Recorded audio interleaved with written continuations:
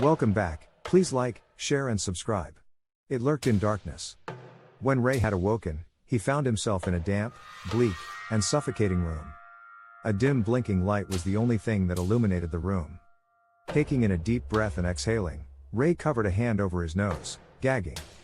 The smell of decay, blood, and mildew invaded his nostrils. Where was he? Ray squinted, letting his eyes adjust to the room.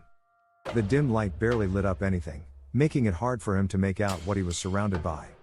From his place on the floor, he felt around, feeling the smooth texture of wood with some parts where the boards were missing. His hand bumped into something. Looking down, Ray held in the urge to scream as he bit onto his bottom lip. What he was looking at was a human skull. Now that his attention was on the floor, Ray could see more than just the skull.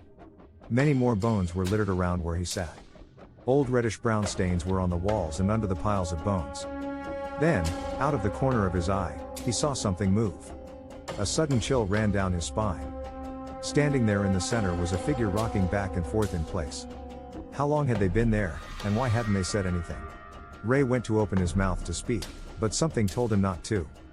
He pulled himself to his feet, keeping an eye on the figure.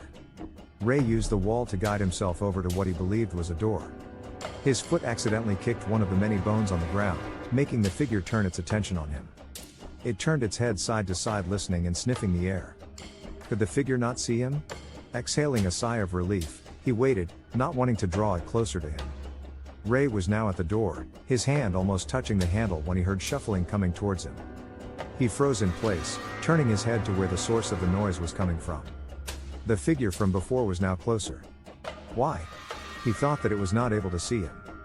Ray was now able to see more of the figure's features. Its skin ashy and sunken, clinging to the bone. Limbs twisted and bent into odd angles. It dragged its feet across the floor, lifting its head to look at Ray with eyeless sockets. Its mouth opened and closed, exposing a mouth full of tiny razor-sharp teeth. A panic arose in his chest as this creature was now in front of him. The creature titled its head to the side.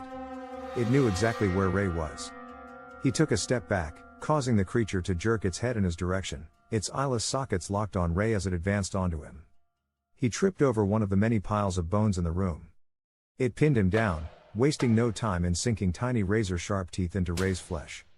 It bit and tore into flesh and bone, gulping down his blood with a smile on its face. Ray's vision blurred as he closed his eyes. He would become nothing but a pile of bones.